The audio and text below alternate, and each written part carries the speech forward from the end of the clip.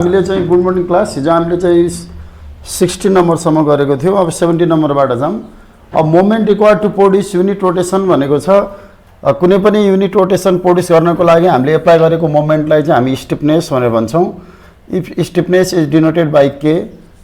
अब यसै गरी the term modular ratio is the ratio of भनेको छ। मोडुलर रेसियो भन्ने कुरा चाहिँ हामीले आरसिसीमा पनि हेरिसकेको थियौँ। अब मोडुलर रेसियो एम भनेको चाहिँ दुईटा मटेरियलको इलास्टिसिटीको रेसियो, एउटा चाहिँ modulus of elasticity of steel by modulus of elasticity of concrete. त्यही भएर मोडुलर रेसियो भनेर एक्जाममा सोध्यो भने ratio of elasticity of two material भनेर पनि एक्जाममा सोध्न सक्छ। Ratio of elasticity of two material और अप्सनमा दियो भने इएस बाई इसी। इएस भनेको हाम्रो स्टिलको मोडुलस अफ इलास्टिसिटी, स्टिलको मोडुलस अफ इलास्टिसिटी। यसै गरी इसी भनेको कङ्क्रिटको मोडुलस अफ इलास्टिसिटी है। इसी भनेको कङ्क्रिटको मोडुलस अफ इलास्टिसिटी।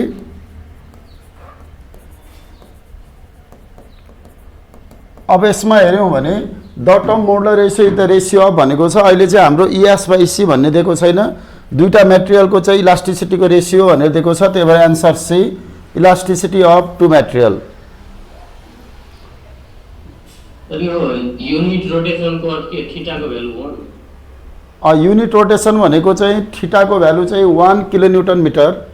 रोटेसन भन्यो भने चाहिँ 1 किलोन्युटन मिटर। युनिट डिफ्लेक्सन भन्यो भने चाहिँ 1 किलोन्युटन। बुझ्नुभयो? युनिट रोटेसन भन्नुको अर्थ मोमेन्ट एप्लाई गरेको हो नि त।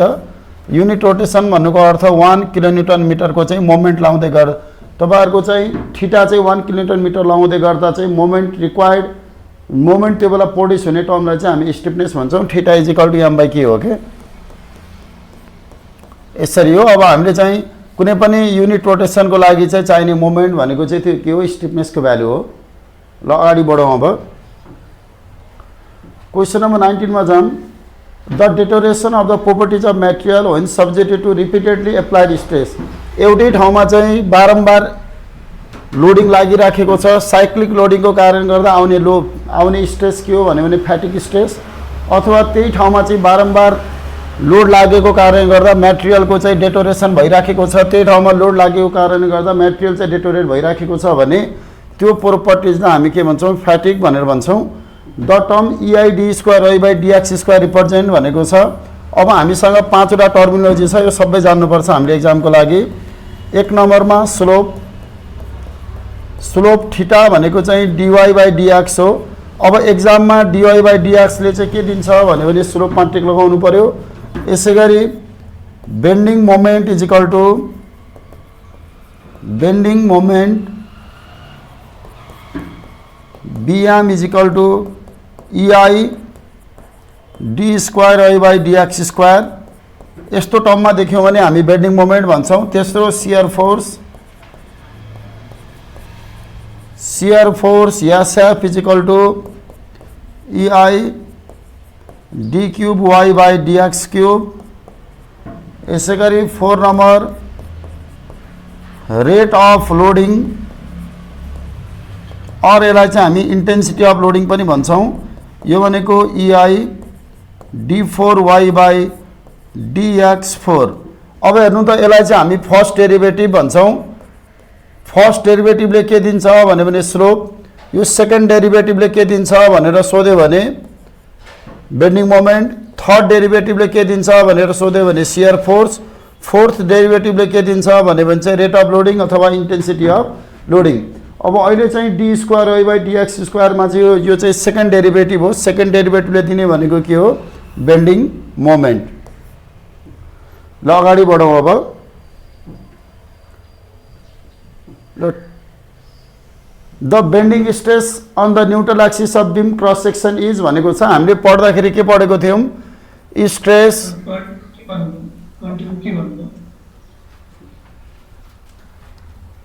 तपाईँको 20 को चाहिँ सेकेन्ड डेरिभेटिभ छ भने जहिले पनि केमा टिक लगाउने? Bending moment. हामीले यहाँ 4वटा रिलेसन लेख्यौँ नि त।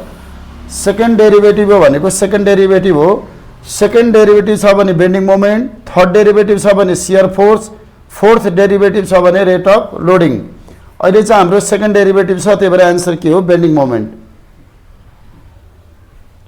र क्वेसन नम्बर 21 मा अब the bending stress on the neutral axis of the cross section of beam भनेको चाहिँ हामीले यो पढिसकेको छौँ। Stress comma strain comma bending stress चाहिँ के हुन्छ न्युट्रल एक्सिसमा, यो हामीले अस्ति लेखिसकेको पनि छ हिजोको क्लासमा। Stress comma strain comma bending stress चाहिँ एट न्युट्रल एक्सिस 0 हुन्छ, न्युट्रल एक्सिसमा 0। अब यसलाई चाहिँ हामीले रिलेसनबाट पनि हेर्न सक्छौँ। M by I is equal to E by R is equal to sigma b by y. यहाँबाट सिग्मा बी भनेको moment by I into y.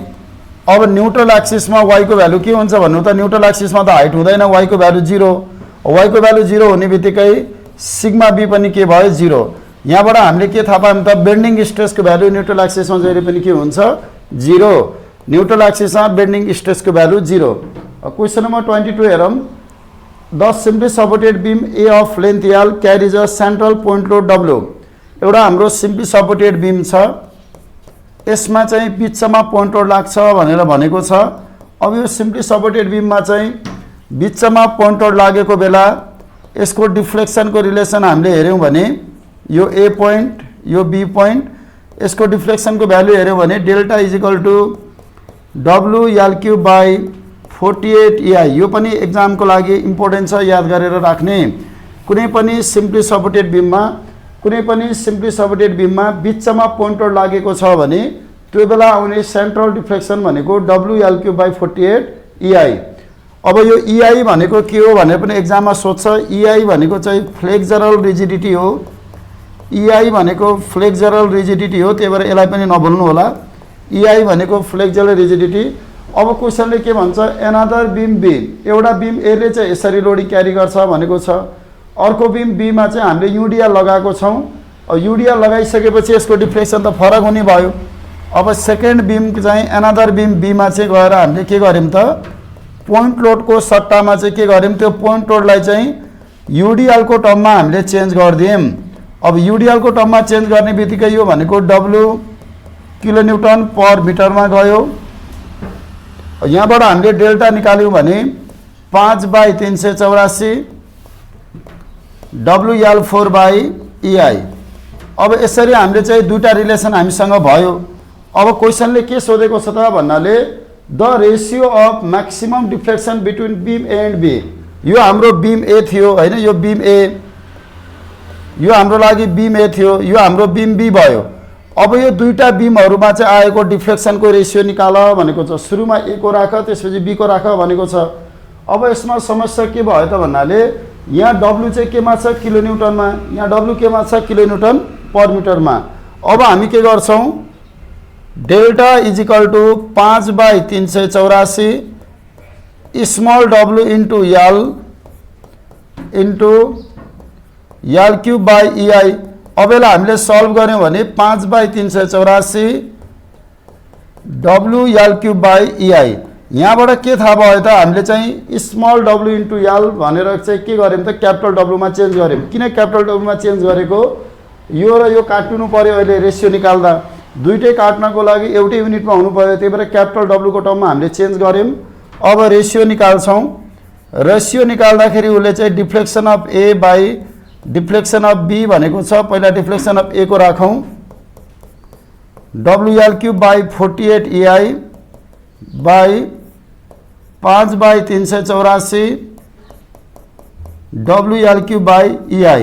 अब यहाँबाट WL क्यूब बाई EI भन्ने टर्म चाहिँ काटियो। यो WL बाई EI, यो WL by EI भन्ने काटियो। यहाँबाट हामीले हेर्यौं भने 384 बाई 48 इन्टु 5, यो गर्दा कति आयो? 8/5 आयो हैन? ल 8/5। यो खाले क्वेशन चाहिँ एक्जामको लागि चाहिँ के गर्ने? याद गरेर जाने। अब यो एक्जाममा सल्भ गर्न टाइम पुग्दैन। यो क्वेशन धेरैचोटि पहिला आइसकेको क्वेशन पनि हो, त्यही भएर यसमा क्वेशनमा जस्ट हामीलाई चाहिँ एकचोटि चाहिँ पोइन्ट लोड लागेको छ, त्यो पोइन्ट लोडलाई युडिएल मा चेन्ज गर। चेन्ज गरिसकेपछि यिनीहरुको रेशियो कति हुन्छ निकाल भन्ने क्वेशन हो। त्यही भएर यो क्वेशन चाहिँ याद गरेर जानु होला, एक्जाममा सेम टु सेम आउँछ, सजिलो हुन्छ है। अब यो क्यालकुलेसन गर्न थाल्यो भने अलिकति टाइम लाग्छ। ल अगाडि बढौँ अब।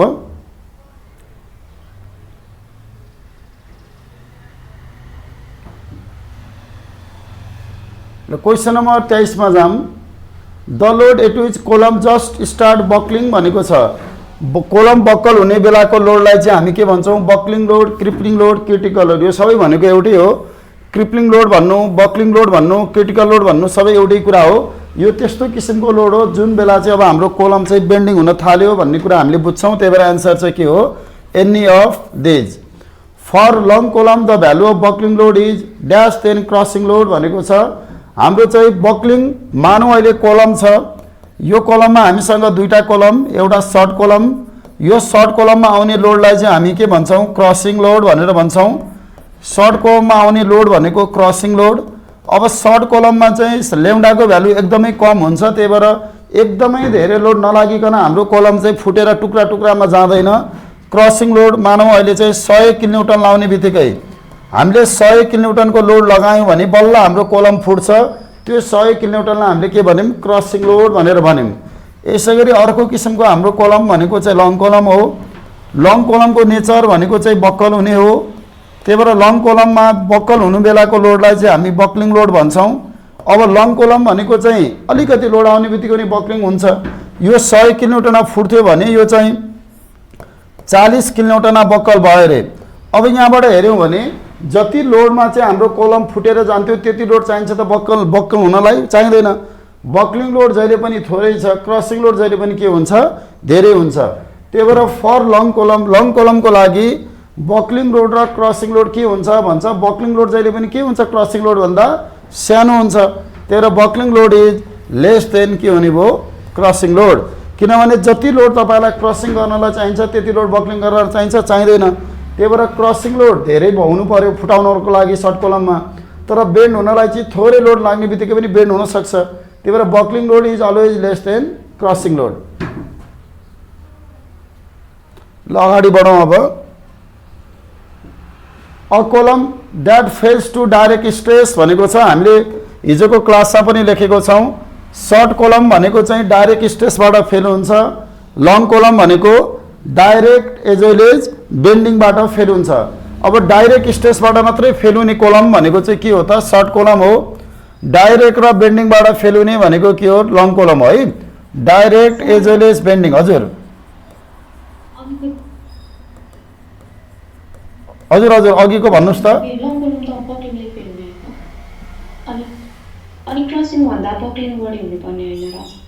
होइन, क्रसिङ भन्दा बक्लिङ बढी हुँदैन। क्रसिङ भनेको चाहिँ फुटेर जाने। हेर्नु त यो माथिको कोलम छ, यो सर्ट कोलम। यहाँ 100 किलोन्युटन नलागेसम्म हाम्रो कोलम के भएर जाँदैन? टुक्रा टुक्रा भएर फुटेर जाँदैन। 100 किलोन्युटन भन्दा कम आयो भने यो कोलमलाई केही पनि फरक परेन। सर्ट कोलममा चाहिँ यो लोडलाई चाहिँ हामी के भन्छौँ? क्रसिङ लोड भन्छौँ। 100 किलोन्युटन लोड लाग्ने बित्तिकै बल्ल हाम्रो कोलम चाहिँ फुटेर चाहिँ यसरी क्रस भएर जान्छ। क्रस्ड है। अब यदि लङ कोलम छ भने अब हामीले चाहिँ यहाँ धेरै लोड लाउनु परेन। लामो मेम्बर छ। यहाँबाट मैले 40 किलोन्युटनको मात्रै लोड लाउने बित्तिकै पनि हाम्रो कोलम चाहिँ यसरी बेन्ड हुन थाल्छ। त्यही भएर हामीले के भन्यौँ त भन्नाले यसलाई चाहिँ बेन्डिङ भनेर भन्यौँ अथवा बक्लिङ भएको। अब बक्लिङ हुँदाखेरि लोड कति चाहियो? धेरै चाहियो त। जति क्रसिङ हुँदा चाहिन्थ्यो त्यति हुँदा चाहिन्छ? चाहिँदैन। त्यही भएर लङ कोलमको केसमा चाहिँ क्रसिङ लोड भनेको त सर्ट कोलमको हो, बक्लिङ लोड भनेको लङ कोलमको हो। जति लोड तपाईँलाई क्रसिङ हुनको लागि चाहिन्थ्यो त्यति लोड बक्लिङ हुनलाई चाहिन्छ? चाहिँदैन नि त। बेन्डिङमा थोरै भए पनि भयो, क्रसिङमा त धेरै चाहियो। त्यही भएर हामीले के गरेको त?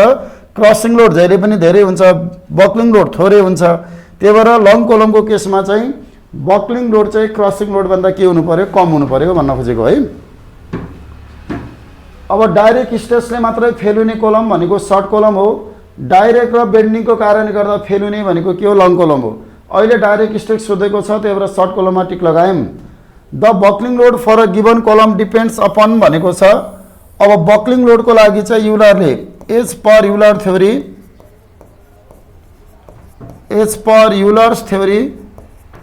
अब युलर थ्योरीले चाहिँ buckling load for a column भनेर दिएको छ। As per Euler theory buckling load PB is equal to pi square EI by L इफेक्टिभको स्क्वायर भनेर दिएको छ। अब बक्लिङ लोड भन्ने कुरो चाहिँ मोडुलस अफ इलास्टिसिटीमा पनि डिपेन्डेन्ट छ, मोमेन्ट अफ इनर्सियामा पनि डिपेन्डेन्ट छ, इफेक्टिभ लेन्थमा पनि के छ डिपेन्डेन्ट छ। अब यसमा हामीले हेऱ्यौँ भने यो आई भनेको चाहिँ के हो भन्नु त कुनै पनि रेक्टेङ्गुलर सेक्सन छ भने BDQ बाई 12 हो। अब BDQ बाई 12 भन्ने कुराले चाहिँ मोमेन्ट अफ इनर्सियाले के जनाउँछ त क्रस सेक्सनल एरिया भन्ने कुरालाई जनाउने भयो। मोमेन्ट अफ इनर्सियाले चाहिँ क्रस सेक्सनल एरिया भन्ने कुरालाई जनाउने भयो। त्यही भएर हाम्रो buckling load for a column depends upon भनेको छ, उसले डाइरेक्टली डिपेन्ड हुन्छ कि इन्डाइरेक्टली हुन्छ केही पनि सोधेको छैन। डाइरेक्टली अर इन्भर्सली भनेको भए फरक फरक आन्सर हुन्थ्यो, केही पनि भनेको छैन। डिपेन्ड्स अपन मात्रै भन्यो भने डाइरेक्टली इन्भर्सली जे पनि हेर्नु पर्यो। Cross sectional area of column हो कि होइन हो, किनभने BDQ बाई 12 भनेको के हो क्रस सेक्सनल एरिया हो। Length and least radius of gyration भनेको के हो त या लेम्डा इफेक्टिभ, यो याल इफेक्टिभ लेम्डाबाट हामीले चाहिँ लङ कोलम डिफाइन गर्छौँ। Lambda is equal to L effective बा आर मिनिमम हो। लेम्डा भनेको सिलेन्डरनेस रेसियो है, फेरि लेम्डा भनेको चाहिँ के हो त सिलेन्डरनेस रेसियो हो। यो सिलेन्डरनेस रेसियो भनेको L effective by R minimum. R minimum भनेको चाहिँ के हो त रेडियस अफ गाइरेसन। त्यही भएर हामीले यहाँबाट हेऱ्यौँ भने लेन्थ अफ कोलममा पनि डिपेन्डेन्ट छ, रेडियस अफ गाइरेसनमा पनि डिपेन्डेन्ट छ। यसै गरी मोडुलस अफ इलास्टिसिटी भनेको ईमा पनि डिपेन्डेन्ट छ। सबै कुरामा डिपेन्डेन्ट भएको कारणले गर्दा बक्लिङ लोडको एन्सर चाहिँ के हुने भयो अल। अब हाम्रो चाहिँ यो लेम्डा किन चाहिन्छ त लङ कोलमको लागि लेम्डाको भ्यालु त धेरै हुनु पर्यो। लेम्डा चाहिनको लागि हामीलाई के चाहियो आर मिनिमम पनि चाहियो। त्यही भएर रेडियस अफ गाइरेसनमा पनि डिपेन्डेन्ट छ, इफेक्टिभ लेन्थमा पनि डिपेन्डेन्ट छ, इलास्टिसिटीमा पनि डिपेन्डेन्ट छ, क्रस सेक्सनल एरियामा पनि के छ डिपेन्डेन्ट छ। ल अगाडि बढौँ। अब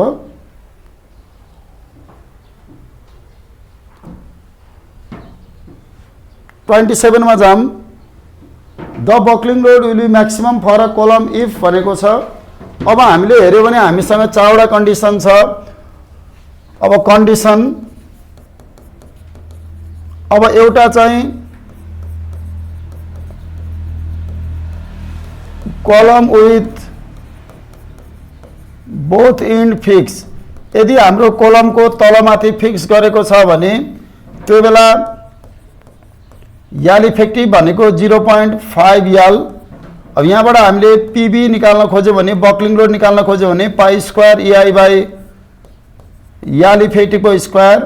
अब पाई स्क्वायर EI बाई 0.5 को स्क्वायर भनेको 4 भयो। यसलाई चाहिँ हामीले माथि राख्यौँ भने याल इफेक्टिभ भनेको 1/2 यालको स्क्वायर। यसलाई फाइनल रिलेसन गऱ्यौँ भने 4 pi square EI by L square एउटा रिलेसन यो बन्यो। सेकेन्ड केसमा हामीले के भन्यौँ column with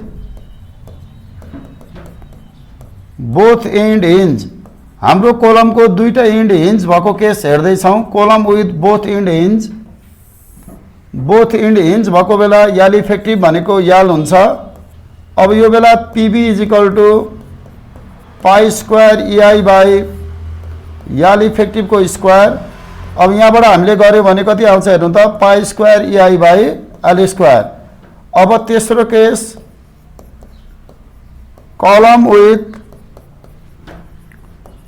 one end fixed and other hinge। एउटा इन्ड चाहिँ फिक्स्ड हुने अर्को हिन्ज छ भने त्यो बेला याल इफेक्टिभ भनेको हामीले याल बाई √2 भनेर पढेको थियौँ। यो बेला याल इफेक्टिभ भनेको के हो त याल बाई √2।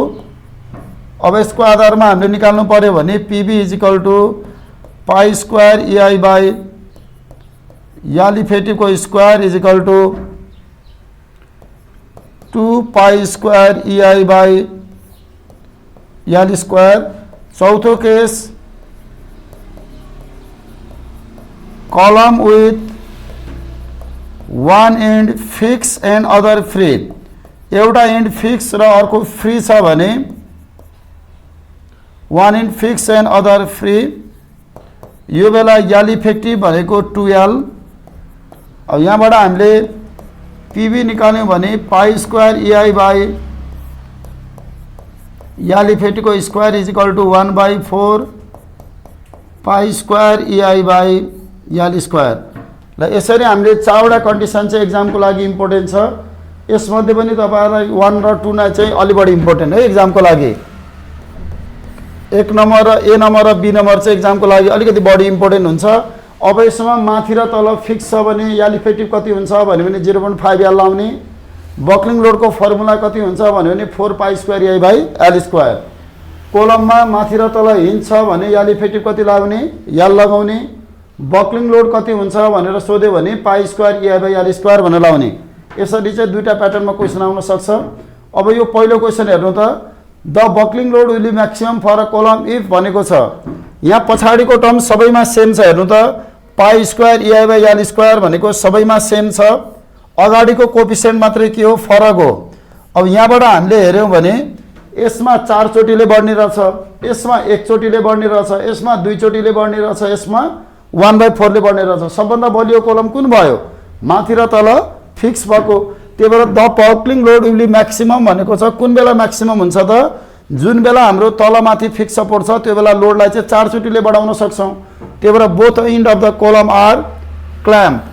क्ल्याम्प भनेको चाहिँ फिक्स गरेको है, क्ल्याम्प भनेको के हो, फिक्स गरेको। दुईटै इन्ड अफ कोलम चाहिँ क्ल्याम्प गरेको बेला चाहिँ के हुन्छ, म्याक्सिमम हुन्छ। As per the Euler theory failure in column will be by भनेको छ। युलर भन्ने मान्छेले चाहिँ एउटा थ्योरी दियो जसलाई चाहिँ हामी युलर थ्योरी भन्छौँ। यो Euler theory is valid only for long column. Euler theory is valid only for long column. Long कोलमको लागि मात्र यो भ्यालिड हुन्छ। अब यो अनुसार चाहिँ if lambda is less than or equal to 80, 80 सम्म छ भने यसलाई चाहिँ हामी सर्ट कोलम भनेर भन्छौँ युलरको अनुसार। यदि if 80 is greater than lambda is less than or equal to 120, 80 देखि 120 को बिचमा छ भने यसलाई चाहिँ हामी के भन्छौँ, लङ कोलम भनेर भन्छौँ। त्यही भएर युलर भन्ने मान्छेले चाहिँ एउटा थ्योरी दियो लङ कोलमलाई डिफाइन गर्नको लागि, बक्लिङको बिहेभियर बुझ्नको लागि, जसलाई हामी युलर थ्योरी भन्छौँ। युलर थ्योरी के को लागि भ्यालिड हुन्छ भन्यो भने लङ कोलमको लागि।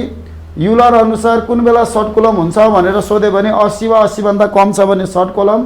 युलर अनुसार लङ कोलम हुनको लागि 80 भन्दा धेरै हुनु पर्यो, 120 सम्म चाहिँ छ भने त्यसलाई के भन्छौँ, लङ कोलम। अब as per Euler theory failure in column will be by भनेको छ। केबाट हुन्छ फेलियर भनेको, बक्लिङबाट है। Failure of column will be by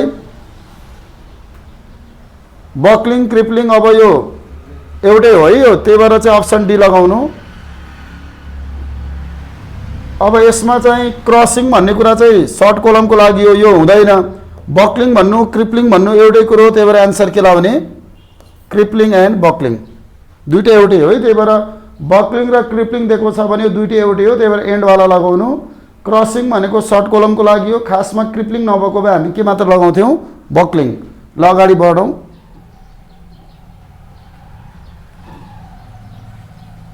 ल क्वेसन नम्बर 29 मा जाऊँ। The Castigliano second theorem can be use to compute deflection भनेको छ। हामीसँग कास्टिग्लियानोको दुईटा थ्योरम छ।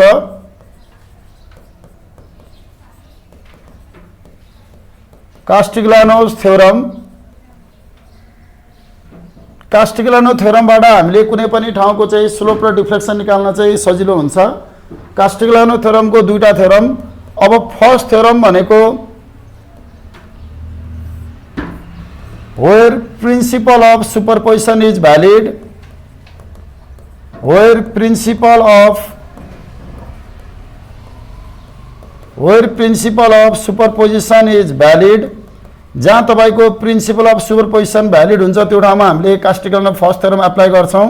त्यो भनेको धेरैवटा लोड दिएको स्ट्रक्चरलाई चाहिँ के गर्ने, टुक्रा टुक्रा गरेर चाहिँ सानो सानो स्ट्रक्चरमा लिने। सेकेन्ड चाहिँ वेयर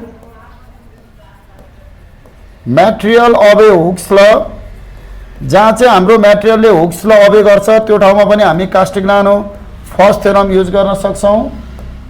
अर्को चाहिँ वेयर सिस्टम बिहेभ्स इलास्टिकल्ली, हाम्रो सिस्टमले चाहिँ इलास्टिक रिजनसम्म चाहिँ बिहेभ गर्छ, इलास्टिकल्ली बिहेभ गर्छ भने त्यो बेला पनि हामी कास्टिग्लियानो फर्स्ट थ्योरम चाहिँ भ्यालिड हुन्छ भन्छौँ। अर्को चाहिँ डिटर्मिनेन्ट स्ट्रक्चरको लागि मात्र, for determinant structure only, determinant स्ट्रक्चरको लागि हामीले चाहिँ कास्टिग्लियानो फर्स्ट थ्योरम चाहिँ एप्लाई गर्छौँ। कास्टिग्लियानोको सेकेन्ड थ्योरम, कास्टिग्लियानोको सेकेन्ड थ्योरम भनेको चाहिँ हामीले एनी टाइप अफ स्ट्रक्चरको लागि चाहिँ एप्लाई गर्न सक्छौँ for any type of structure. अब एनी टाइप अफ स्ट्रक्चर भनेको त्यो डिटर्मिनेन्ट पनि हुनसक्छ। एनी टाइप भनेको चाहिँ के हो त, आइदर त्यो डिटर्मिनेन्ट पनि हुनसक्छ अर इन्डिटर्मिनेन्ट पनि हुनसक्छ, आइदर डिटर्मिनेन्ट अर इन्डिटर्मिनेन्ट। त्यही भएर कास्टिग्लियानोको सेकेन्ड थ्योरम हामीले चाहिँ एनी टाइप अफ स्ट्रक्चरको लागि युज गर्छौँ। एनी टाइप भनेको चाहिँ त्यो डिटर्मिनेन्ट पनि हुनसक्छ, इन्डिटर्मिनेन्ट पनि हुनसक्छ। अब डिटर्मिनेन्ट र इन्डिटर्मिनेन्ट भनेको के हो त्यो पनि बुझिहालौँ। अब डिटर्मिनेन्ट भनेको चाहिँ if equilibrium equation can solve unknown equation, if equilibrium equation can solve unknown equation, if equilibrium equation can solve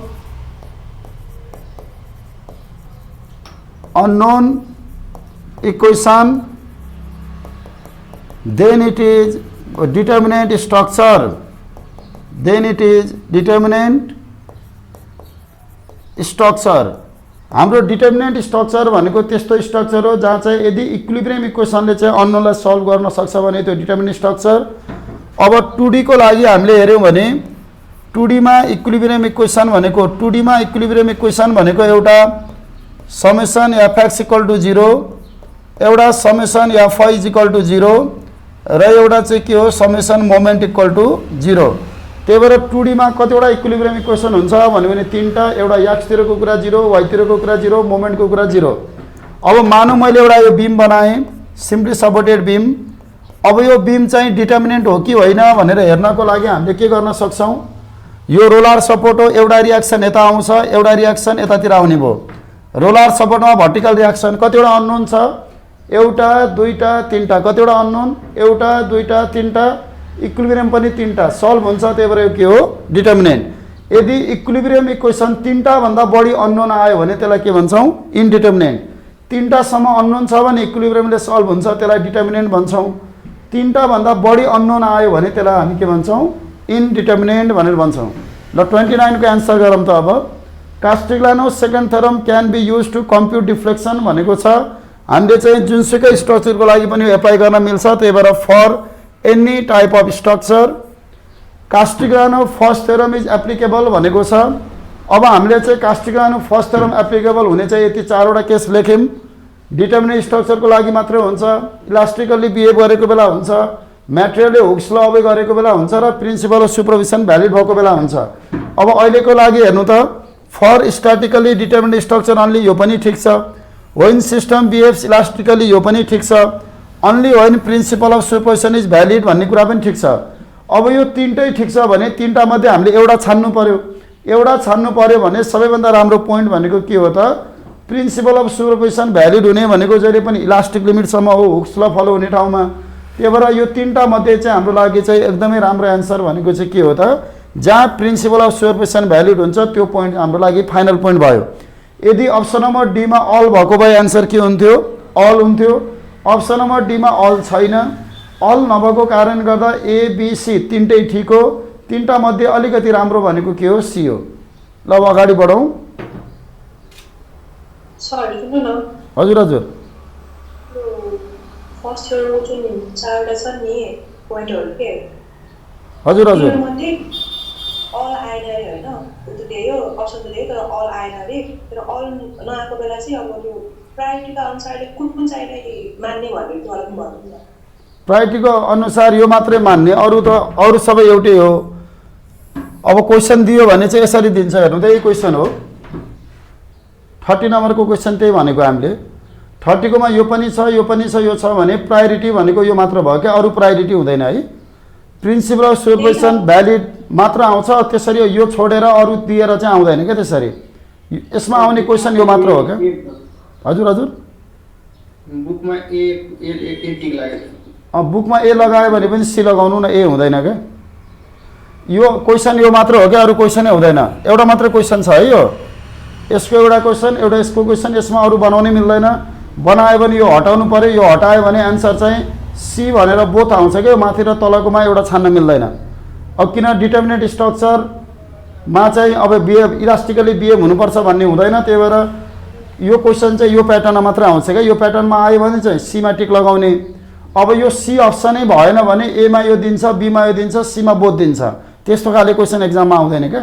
यो झुक्काउनुको लागि सोधेको हो, त्यही भएर एबिसी तिनटै मिल्ने क्वेसन सोध्छ, तिनटै मिल्यो भने हामी चाहिँ केमा जान्छौँ, सीमा जान्छौँ। प्रायोरिटी चाहिँ यो के मात्र हो त, यसलाई प्रायोरिटी दिने, बाँकी प्रायोरिटी दिने चाहिँ आउँदैन कि एक्जाममा। अब बुकमा चाहिँ ए लगाएको छ भने त्यो मिस्टेक हो, केमा लगाउनु, सीमा लगाउनु। ल अगाडि बढौँ। र क्वेसन नम्बर अब 31 मा जाम। Interpret from the following which one is wrong with respect to strain energy for finding deflection भनेको छ। अब हामीले चाहिँ कुन चाहिँ स्टेटमेन्ट चाहिँ स्ट्रेन इनर्जी मेथडबाट चाहिँ डिफ्लेक्सन फाइन्ड गर्दाखेरि रङ हो भनेर भनेको छौँ। अब स्ट्रेन इनर्जीमा चाहिँ कुन बेला राम्रो मानिन्छ स्ट्रेन इनर्जी मेथडलाई, जुन बेला हाम्रो बिममा एउटा मात्रै लोड लागेको छ, एउटा मात्रै पोइन्ट लोड चाहिँ बिममा लागेको छ र त्यो पोइन्ट लोडको कारणले गर्दा त्यसकै तल आउने डिफ्लेक्सन हामीले हेर्न सक्छौँ भने त्यो बेला चाहिँ स्ट्रेन इनर्जी अथवा रियल ओक मेथड चाहिँ राम्रो हुन्छ भनेर चाहिँ हामीले भन्छौँ। त्यही भएर अब यहाँ हेरौँ कुन कुन छ। अब structure subjected to single concentrated load, यो चाहिँ ठिक छ। हाम्रो स्ट्रेन इनर्जी मेथड चाहिँ एकदमै राम्रोसँग चाहिँ सुइटेबल हुनको लागि हामीले एउटा ठाउँ मात्रै लोड लागेको छ भने त्योबाट निकालेको डिफ्लेक्सन चाहिँ एकदमै उत्कृष्ट हुन्छ। त्यही भएर structure should be subjected to single concentrated load, यो चाहिँ ठिक छ। हामीलाई चाहिँ कुन चाहिँ ठिक छैन भनेको छ है क्वेसनले, हामीले चाहिँ बेठिकवाला खोज्दैछौँ। Deflection can be found only at the loaded point, deflection can be found at any point in the desired direction, deflection can be found only in the direction of load. अब जताबाट लोड लागेको छ त्यो बाहेक अरूतिर deflection आउँछ त, आउँदैन। अहिले मैले माथिबाट लोड लगाएको छु भने त्यसकै तल आउने हो, जतातिर लोड लागेको छ त्यसकैतिर डिफ्लेक्सन आउँछ, यो पनि ठिक छ। अब deflection can be founded only at the loaded point, जहाँ लोडिङ गरेको छ त्यो ठाउँ बाहेक अरूमा भेटिन्छ त, भेटिँदैन। अहिले यो चाहिँ बिम छ, मैले माथिबाट यहाँ लोड लगाइदिएँ, यहाँ माथि चाहिँ मान्छे उभियो भने जहाँ मान्छे उभिएको छ त्यहीँ तल ढल्किन थाल्छ। त्यही भएर अप्सन नम्बर ए, सी र डी चाहिँ के हो, ठिक छ। अब बेठिक कुन हो त, डिफ्लेक्सन चाहिँ हामीले जुनसुकै डिरेक्सनमा पनि पाउन सक्छौँ भन्ने कुरा हो त, होइन। जतातिर लोड लागेको छ त्यो बाहेक अरूतिर भेटिन्छ, भेटिँदैन। त्यही भएर इनकरेक्ट भनेको चाहिँ के हो, बी हो। यो चाहिँ इनकरेक्ट स्टेटमेन्ट भयो है। हामीलाई क्वेसनले चाहिँ इनकरेक्ट के हो भनेर सोधेको थियो। इनकरेक्ट भनेको चाहिँ हामीले चाहिँ डिफ्लेक्सनलाई चाहिँ हामीले खोजेको डिजायर्ड डिरेक्सनमा चाहिँ भेटाउन सक्दैनौँ भनेको। अब strain energy in a simply supported beam loaded with point load W at centre is भनेको छ। अब हाम्रो चाहिँ एउटा सिम्पली सपोर्टेड बिम छ, यो सिम्पली सपोर्टेड बिममा बिचमा पोइन्ट लोड लागेको छ। बिचमा पोइन्ट लोड लागेको बेला हामीले डिफ्लेक्सन यो L/2, यो L/2, यो A point, B point, delta is equal to WL³ by 48 EI भनेर हामीले बुझिसक्यौँ है। यो हाम्रो चाहिँ कुनै पनि सिम्पली सपोर्टेड बिम छ र बिचमा पोइन्ट लोड लागेको बेला सेन्ट्रल डिफ्लेक्सन भनेको WL³ बाई 48 EI। अब स्ट्रेन इनर्जी चाहिँ हामीलाई क्वेसनले सोधेको छ, strain energy U is equal to 1/2 force into displacement. अब 1/2 इन्टु फोर्स भनेको अहिले पोइन्ट लोड W लागेको छ, डेल्टा भनेको हामीले भर्खरै निकाल्यौँ WL³ बाई 48 EI। अब यसलाई मल्टिप्लाई गऱ्यौँ भने फाइनल रिलेसन भनेको W² L³ by 96 EI, W² L³ by 96 EI भनेको सिम्पली सपोर्टेड बिममा बिचमा पोइन्ट लोड लाग्दाखेरिको चाहिँ के हो, स्ट्रेन इनर्जी हो। त्यसको लागि हामीले चाहिँ के गर्यौँ त, एक्सटर्नल लोडको चाहिँ फर्मुला युज गरेको है। स्ट्रेन इनर्जीमा चाहिँ internal work done is equal to external work done हो। एक्सटर्नल ओकडन भनेको हाफ फोर्स इन्टु डिस्प्लेसमेन्ट हो। हामीलाई डिस्प्लेसमेन्ट थाहा छ भने कति लोड लगाएको थाहा भइहाल्छ, त्यहाँबाट 1/2 गर्ने, यो ट्रायङ्गलको एरिया हो। यो यति गर्ने बित्तिकै हामीले चाहिँ स्ट्रेन इनर्जीको चाहिँ अरू रिलेसन पनि निकाल्न सक्छौँ। त्यही भएर अहिलेको लागि एन्सर चाहिँ W² L³ by 96 EI।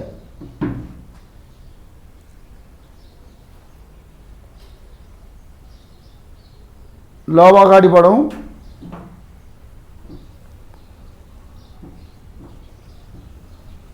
Question number 33, the strain energy store in a simply supported beam of span L due to centre load W same question भयो एन्सर कति हुन्छ डब्लु स्क्वायर भर्खरै गरेको W square L cube by 96 EI same question भएछ एउटै question the deflection at the centre of simply supported beam होइन concentrated load P is acting at centre भनेको हामीले गरिसक्यौँ सिम्पली सपोर्टेड बिममा पोइन्ट लोड बिचमा लाग्छ भने कति हुन्छ deflection WL cube by 48 EI डब्लुको ठाउँमा अहिले पी सोधेको छ त्यही भएर पिएल क्युब बाई 48 EI हाम्रो कुनै पनि सिम्पली सपोर्टेड बिममा बिचमा पोइन्ट लोड लाग्छ भने कति हुन्छ पिएल क्युब बाई 48 EI र क्वेसन नम्बर 35 मा जाम What will be the deflection of a cantilever beam subjected to point load W at its end? अब तपाईहरुको क्यान्टिलेभर बीममा चाहिँ पोइन्ट लोड W चाहिँ फिल्डमा लागेको बेला डिफ्लेक्सन के हुन्छ भन्छ अब यसको लागि हामी केही नोटमा जान्छौं अब नोट हेर्नु नोटमा 1 नम्बरमा क्यान्टिलेभर बीमको फिल्डमा मोमेन्ट लागेको केस 2 नम्बरमा क्यान्टिलिभर बीमको चाहिँ यहाँ पोइन्ट लोड लागेको केस र 3 नम्बरमा क्यान्टिलिभर बीमको फ्रीमा चाहिँ युडिया लागेको केस एक्जाममा तपाईहरुलाई यो तीनटै केस छ एक्जाममा सोध्न सक्छ त्यही भएर म तीनटैको गराइदिन खोजेको न्युमोनिक्स बनाएर यो भनेको चाहिँ क्यान्टिलिभर बीमको फ्रीमा मोमेन्ट लागेको केस यो क्यान्टिलिभर बीमको फ्रीमा पोइन्ट लोड लागेको केस यो क्यान्टिलिभर बीमको फ्री होल स्पानमा युडिया लागेको केस यो चाहिँ युडियल भयो यो पोइन्ट लोड माथिको चाहिँ के हो मोमेन्ट हो यो पोइन्ट लोड अहिले पोइन्ट लोड हामी डब्लु ले नोटेसन गरौँ यो पनि यल यो पनि यल यो पनि यल युडिएल को लाई चाहिँ हामी डब्लु किलोन्युटन पर मिटरले गरौँ अब एउटा चाहिँ हामी यसमा स्लोप कति हुन्छ भनेर हेर्छौं स्लोप भनेको थीटा र एउटामा चाहिँ यसमा चाहिँ हामी डिफ्लेक्सन भनेर हेर्छौं डिफ्लेक्सन भनेको डेल्टा अब एक्जाममा यो तीनटा केसमा चाहिँ स्लोप कति हुन्छ डिफ्लेक्सन कति हुन्छ भनेर एक्जाममा सोध्न सक्छ त्यही भएर यो तीनटालाई चाहिँ के गर्ने न्युमोनिक्स बनाएर पढ्ने अब थीटा इज इक्वल टु सुरुमा एमएल बाई ईआई भनेर गर्ने यसमा पनि थीटा इज इक्वल टु के गर्ने एमएल बाई ईआई यसमा पनि थीटा इज इक्वल टु के हो त एमएल बाई ईआई हामीले तीनटैमै के गर्यौं theta is equal to ML by EI ML by EI ML by EI भनेर गर्यौं सुरुमा 1 बाट सुरु गर्ने 1 पछि 2 2 पछि 3 सुरुमा 1 राख्यौं 1 नम्बर यो 2 नम्बर यो के हो 3 नम्बर अब हेर्नु त क्यान्टिलिभर बीममा चाहिँ यहाँ मोमेन्ट याम लाग्छ भने बीम भरि कति बग्छ याम नै बग्छ त्यही भएर यो मोमेन्ट के हुन्छ सेम हुन्छ स्लोप सोध्यो भने चाहिँ कतिमा टिक्लाउनु पर्यो एमएल बाई ईआई मा क्यान्टिलिभर बीमको फ्रीमा मोमेन्ट याम लागेको बेला स्लोप कति हुन्छ भनेर सोध्यो भने एमएल बाई ईआई मा टिक लगाउने अब सेकेन्ड केसमा क्यान्टिलिभर बीमको फ्रीमा पोइन्ट लोड लागेको छ भने स्लोप कति हुन्छ भनेर सोध्यो भने यो मोमेन्ट कति होला भन्नु त अब यो मोमेन्ट कति हुन्छ मोमेन्ट भनेको W इन्टु L मोमेन्ट भनेको W इन्टु L बाई कति आयो 2EI त्यही भएर क्यान्टिलिभर बीमको केसमा फ्री इन्डमा पोइन्ट लोड लागेको छ भने स्लोप भनेको कति हुने रहेछ WL स्क्वायर बाई 2EI अब यसैगरी हाम्रो चाहिँ युडिएल लागेको बेला गर्यौं भने मोमेन्ट कति हुन्छ भन्नु त युडिएल मा हामीले गरिसकेको छौं युडिएल को केसमा मोमेन्ट कसरी निकाल्ने युडिएल को केसमा मोमेन्ट भनेको एरिया इन्टु सीजी गर्ने भनेको हो कि हैन अब एरिया भनेको कति हुन्छ भन्नु त यसको W इन्टु L सीजी भनेको कति हुन्छ L बाई 2 यहाँबाट हामीले कति भेट्यौं त WL स्क्वायर बाई 2 यो त हामीले अस्तिको क्लासमा गरिसक्यौं युडिएल छ युडिएल को मोमेन्ट निकाल्ने फर्मुला भनेको एरिया इन्टु सीजी एरिया भनेको W इन्टु L सीजी भनेको L बाई 2 कति आयो WL स्क्वायर बाई 2 अब यहाँ मैले WL स्क्वायर बाई 2 राखे भने कति हुने भयो हेर्नु त WL क्यूब बाई 6EI हो यो तीनटा केस चाहिँ यसरी हुन्छ भनेर सम्झिनु यसको लागि के चाहियो 1 2 3 भन्ने सम्झिनु पर्यो मोमेन्टको भ्यालु कति हुन्छ भन्ने सम्झिनु पर्यो यति गर्ने बित्तिकै हामीले तीनटा केसको चाहिँ के गर्यौं स्लोप कति आउँछ भन्ने निकाल्यौं अब यो स्लोप निकालिसकेपछि डिफ्लेक्सन निकाल्न गाह्रो हुँदैन delta is equal to theta into L भनेर गर्ने delta is equal to theta into L delta is equal to theta into के गर्ने L गर्ने अब हामी सुरुमा छौं त्यही भएर फेरि यसमा न्युमोनिक्स बनाउँछौं सुरुमा 1 पछि 2 मोमेन्ट बेलामा पर हुन्छ नि हजुर हजुर W into L 2EI छ नि उता 4 हुन्छ नि कता 4 हुन्छ भन्नुभयो पोइन्ट लोड लागेको ठाउँमा सर पोइन्ट लोड लागेको ठाउँमा 4 हुँदैन पोइन्ट लोड लागेको बेला मोमेन्ट भनेको कति हुन्छ हेर्नु त पोइन्ट लोड लागेको बेला मोमेन्ट भनेको के हो फोर्स इन्टु परपेन्डिकुलर डिस्टेन्स मात्र हो कि होइन फोर्स इन्टु परपेन्डिकुलर डिस्टेन्स हो फोर्स भनेको हामीले कति गरेको छौँ फोर्स भनेको W हो डिस्टेन्स भनेको यल हो कि होइन त्यही भएर मोमेन्टको ठाउँमा W इन्टु यल मात्रै गरेको बुझियो बुझ्यो कि बुझिएन 4 आउँदैन यो 2 मात्रै यता गएको हो नि त यो त W इन्टु यल मात्र हो पोइन्ट लोडको मोमेन्ट भनेको W इन्टु यल UDL को मोमेन्ट भनेको WR²2 क्लियर छ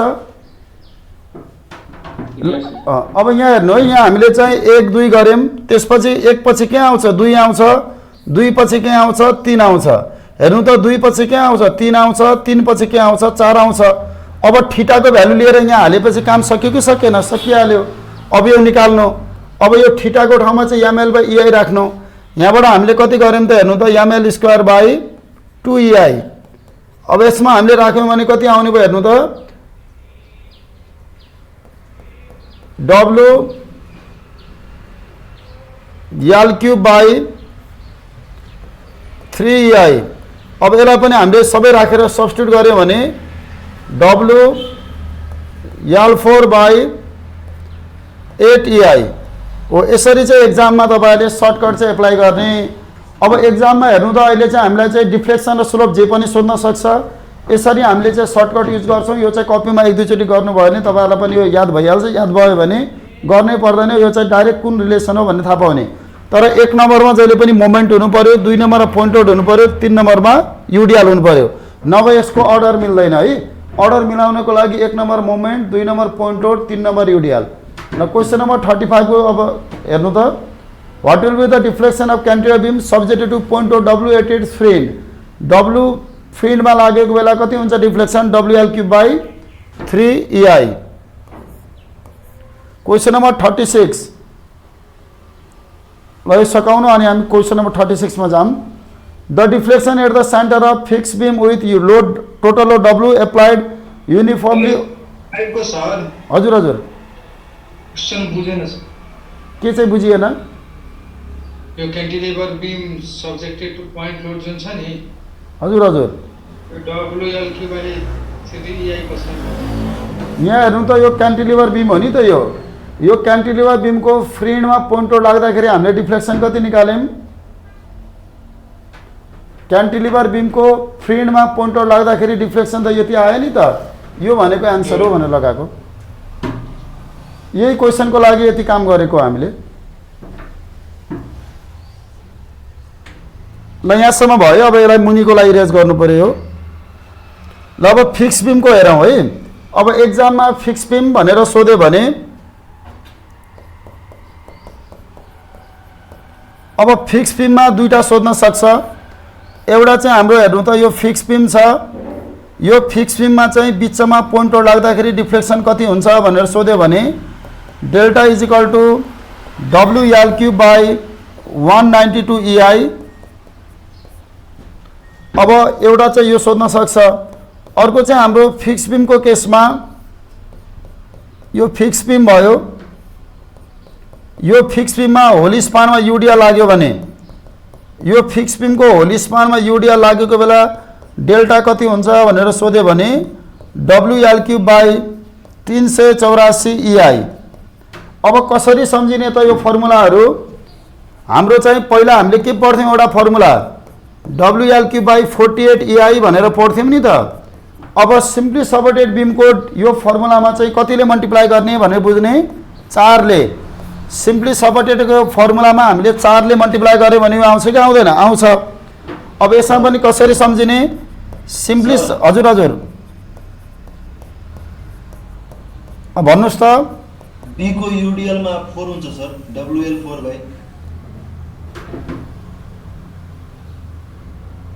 WL4 ठिक छ यो क्यापिटल W भयो नि स्मल हो WL4 गर्नु WL4/8 384 EI।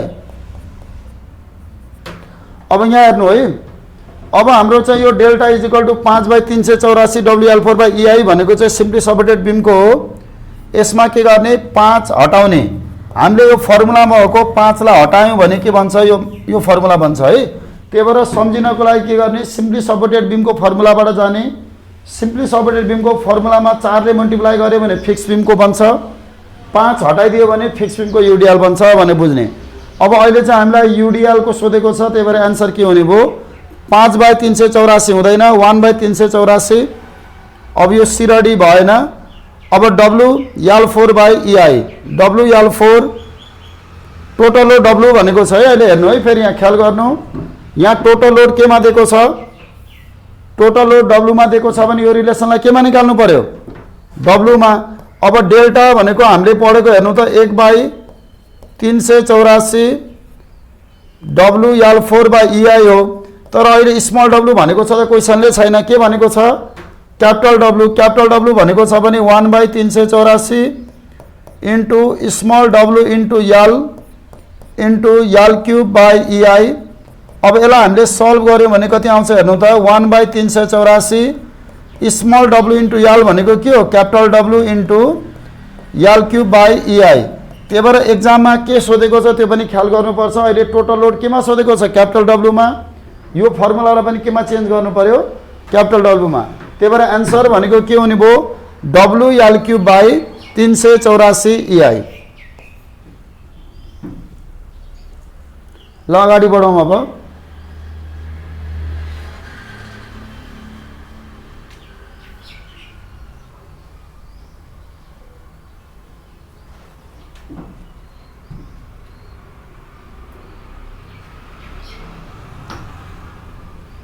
Question number 37, the deflection at the centre of fix beam carrying a point loaded mid span. अघि भर्खरै गरेको कति हो, मिड स्पानमा आउने भनेको, मिड स्पानमा आउने भनेको फिक्स बीममा WL/192 EI।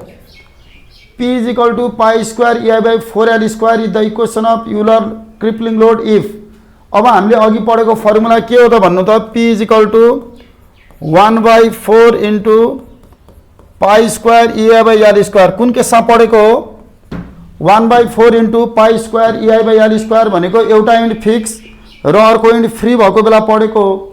त्यही भएर 1/4 into pie square EI by L square भनेको कुन केस हो त, जुन केसमा एउटा इन्ट फिक्स छ र अर्को इन्ट फ्री छ भने त्यो बेला चाहिँ कन्डिसन कति हुन्छ, 1/4 into pie square EI by L square. त्यही भएर क्वेसनले चाहिँ यो कन्डिसन कुन बेला हुन्छ भनेको छ, यो केस भयो।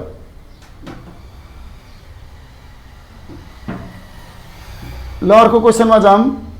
Euler formula is not valid for mild steel column when slenderness ratio भनेको छ, हामीले के भनेको थियौँ अघि, 80 भन्दा बढी छ भने मात्र के हुन्छ, युलर फर्मुला लङ कलमको लागि मात्र भ्यालिड हुन्छ। अब लङ कलमको लागि मात्र भ्यालिड हुन्छ भन्नुको अर्थ लेम्डाको भ्यालु कति हुनु पर्यो, 80 भन्दा बढी हुनु पर्यो। 80 वा 80 भन्दा कम छ भने भ्यालिड हुन्छ त, हुँदैन। कुन बेला भ्यालिड हुँदैन भनेको छ, जुन बेला चाहिँ 80 भन्दा वा 80 भन्दा सानो छ भने भ्यालिड हुँदैन। Euler equation for crippling load when both end of the column are hinge. दुईटै इन्ड चाहिँ हिन्ज भएको बेला हामीले कति पढेको अघि भर्खरै, PB इज इक्वल टु दुईटै इन्ड हिन्ज छ भने pi square EI by L square भनेर पढेको। दुईटै इन्ड हिन्ज भएको बेला pi square EI by L square. त्यही भएर answer pi square EI by L square. हजुर, त्यो पाईको जुन त्यो युलर्स फर्मुलामा तपाईले त्यो स्लेन्डरनेस रेशियोको रेन्ज चाहिँ तपाईको 80 देखि 120 भन्नु भएको थियो नि त, अनि त्यहाँ त मोर देन 120 को लागि पनि भ्यालिड हुँदैन होला नि। मोर देन 120 को लागि भ्यालिड हुँदैन, तर यस्तो हो, तपाईको Euler formula is not valid for mild steel column when slenderness ratio is भनेको छ।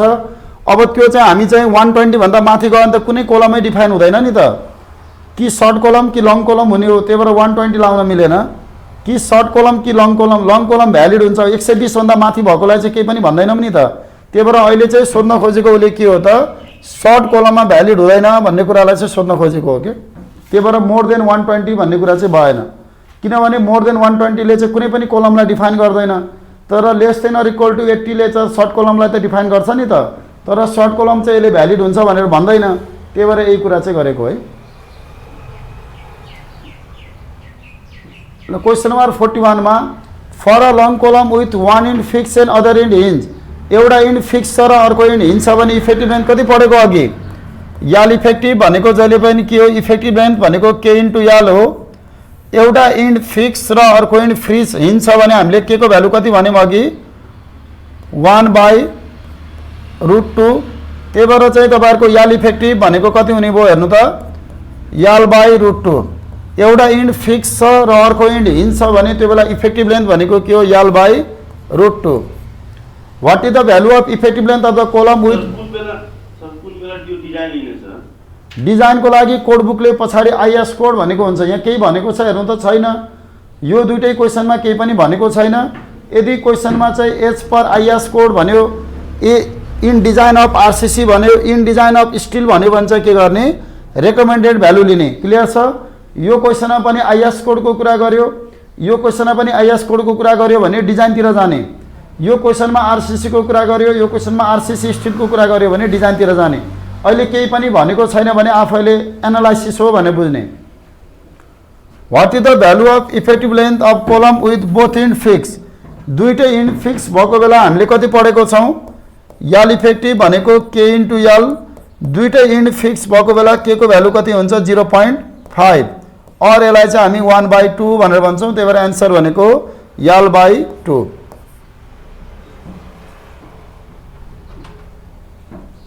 ल क्वेसन नम्बर 43 मा जाम। A column of one end is fixed and other end is free, then effective length is भनेको छ। यो पनि जानिसक्यौँ। एउटा फिक्स्ड र अर्को फ्री छ भने कति याल हुन्छ? 2l। One end of the column is kept free and other end fix, एउटा इन्ड चाहिँ हाम्रो कोलमको फ्री गऱ्यौँ र अर्को इन्ड चाहिँ फिक्स गऱ्यौँ भने देन रेसियो अफ याल इफेक्टिभ टु याल इज भनेको छ। अब एउटा इन्ड फ्री छ, अर्को इन्ड फिक्स छ भने याल इफेक्टिभ भनेको कति याल हुन्छ? 2l। अब के को रेसियो चाहियो? याल इफेक्टिभ बाई याल को रेसियो चाहियो। याल इफेक्टिभ बाई याल भनेको कति हुन्छ हेर्नु त? 2।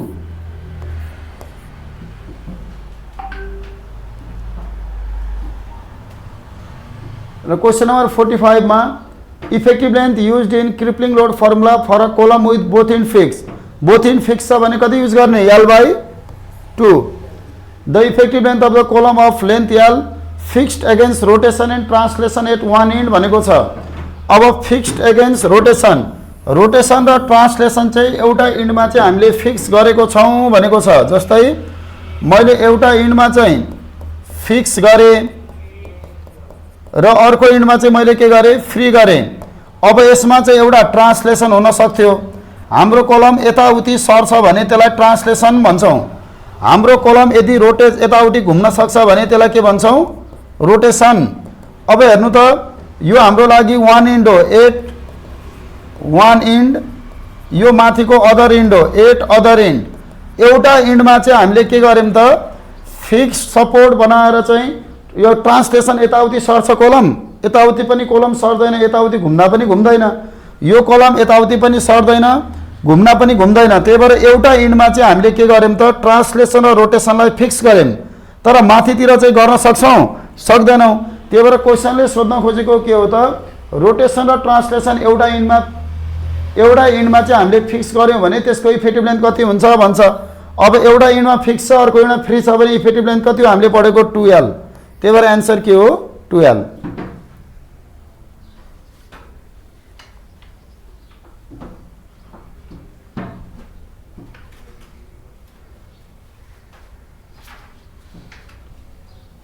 ल 47 मा जाम।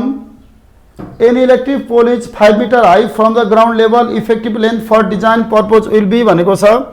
एउटा इलेक्ट्रिक पोल चाहिँ 5 मिटर अग्लो छ। अब इलेक्ट्रिक पोल भन्ने बित्तिकै ग्राउन्डमा फिक्स हुन्छ र अर्कोतिर के हुन्छ? यो पोल फ्री हुन्छ, यो इलेक्ट्रिक पोल। अब एकातिर फिक्स अर्कोतिर फ्री छ भने हामीले पढेको याल इफेक्टिभ भनेको के हो हेर्नु त?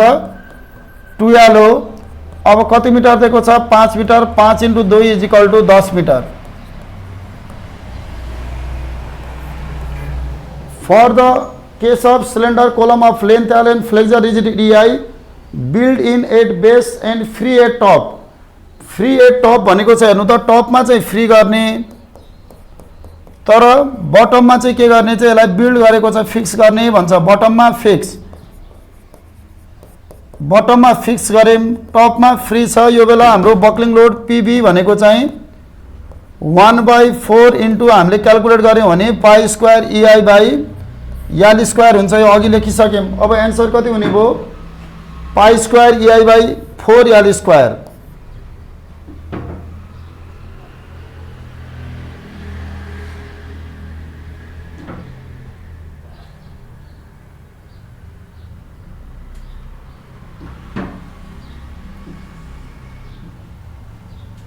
Question number 49.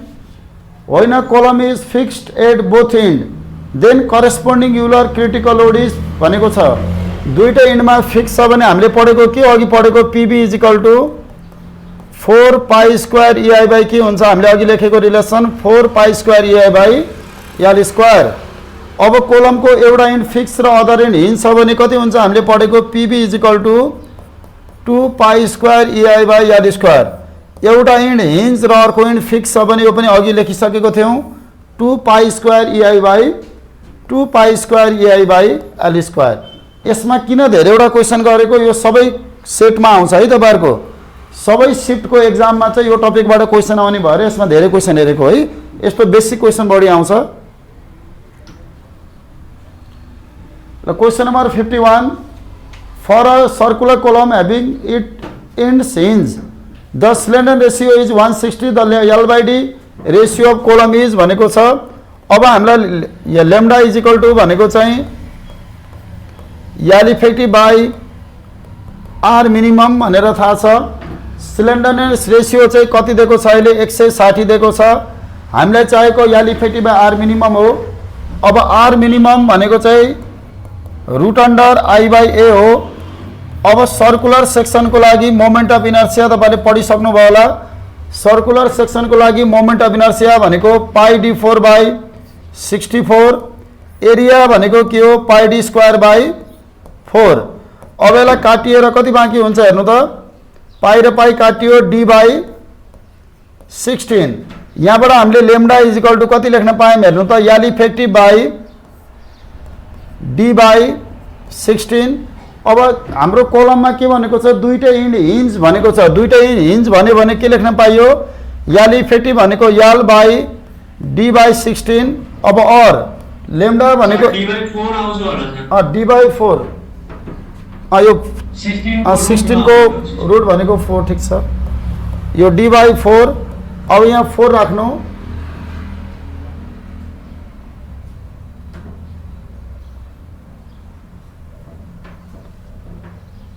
ल यहाँ पनि 4, यहाँ पनि 4 और 160 is equal to L by D. यसलाई 4 लाई अर्कोतिर मल्टिप्लाई 4 लाई डिभाइड गरिदिनु यता राइटमा लिएर 160 is equal to L by D into 4 है यहाँ। और 160 इंटू 4 लाई डिवाइड बाई 4 ले चाहिँ यतातिर मल्टिप्लाई गरिदिउँ।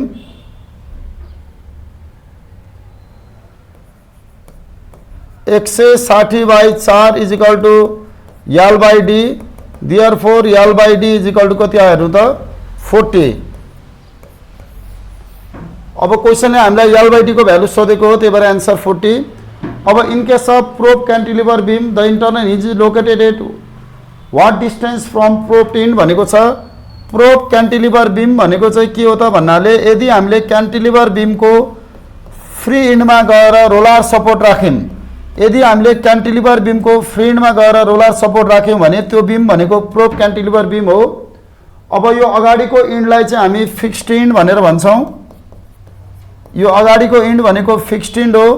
यो पछाडिको एन्ड भनेको हामीले बनाएको एन्ड, त्यही भएर यसलाई प्रोब्ड एन्ड भनेर भन्छौं। अब यसको चाहिँ बेन्डिङ डायग्राम यस्तो हुन्छ। अब यहाँबाट चाहिँ पोइन्ट अफ कन्ट्रास्ट फ्लेक्चर भनेको 0.25 यालमा। अब एक्जाममा point of contrast flexure lies at L by 4 or 0.25 याल फ्रम फिक्स्ड एन्ड। यदि हामी फिक्स्ड एन्डबाट चाहिँ हेर्दैछौँ भने पोइन्ट अफ कन्ट्याक्ट फ्लेक्चर कति टाढा पर्ने रहेछ त 0.25 यालमा। यदि हामी प्रोब इन्डबाट गर्नु पर्यो भने फरक आउँछ। त्यही भएर point of contact flexure lies at 0.414 L 0.414 L from propped end. हामीले प्रोब्ड इन्डबाट गऱ्यौँ भने त्यो कति टाढा पर्ने रहेछ 0.414 याल। अब एक्जाममा फिक्स्ड इन्डबाट सोध्यो भने याल/4 मा टिक लगाउने, प्रोब्ड इन्डबाट सोध्यो भने 0.414 यालमा टिक लगाउने। अहिले चाहिँ हामीलाई हजुर हजुर सर 0.414 कसरी भयो 1 - 0.2 1 माइनस गर्ने होइन क्या, त्यस्तो होइन। यहाँ त्यो भएको भए यसरी लेख्न हुन्थ्यो त। यो पहिलो केस हेर्नु त, यो पहिलो केस यसरी गरेको। सेकेन्ड केसमा चाहिँ पोइन्ट अफ कन्ट्याक्ट फ्लेक्चर कहाँ पर्छ हामीलाई थाहा हुँदैन। हामीले यताबाट चाहिँ रोलर सपोर्ट भएकोतिरबाट काम गऱ्यौँ भने यो जहाँ पनि पर्न सक्छ, यसरी पनि जान सक्छ। अब यसरी गयो भने यो डिस्टेन्स भनेको चाहिँ कति भनेको हो 0.414 याल भनेको। कसरी यो आउँछ त, हामीले चाहिँ कहाँबाट चाहिँ मोमेन्ट लिइराखेको छौँ, कताबाट काम गर्दैछौँ भन्ने कुराले फरक पर्छ। फिक्स सपोर्टबाट गयौँ भने 0.25 यालमा, प्रोब इन्डबाट काम गरेर आयौँ भने चाहिँ कतिमा पर्छ 0.414 यालमा। त्यही भएर हामीले अलग अलग पोइन्टमा त्यही भएर लेखेको हो। झुकाउनको लागि चाहिँ प्रोब भनेर सोध्छ, फिक्स्ड इन्ड भनेर सोध्यो भने याल/4, प्रोब इन्ड भनेर सोध्यो भने 0.414 याल।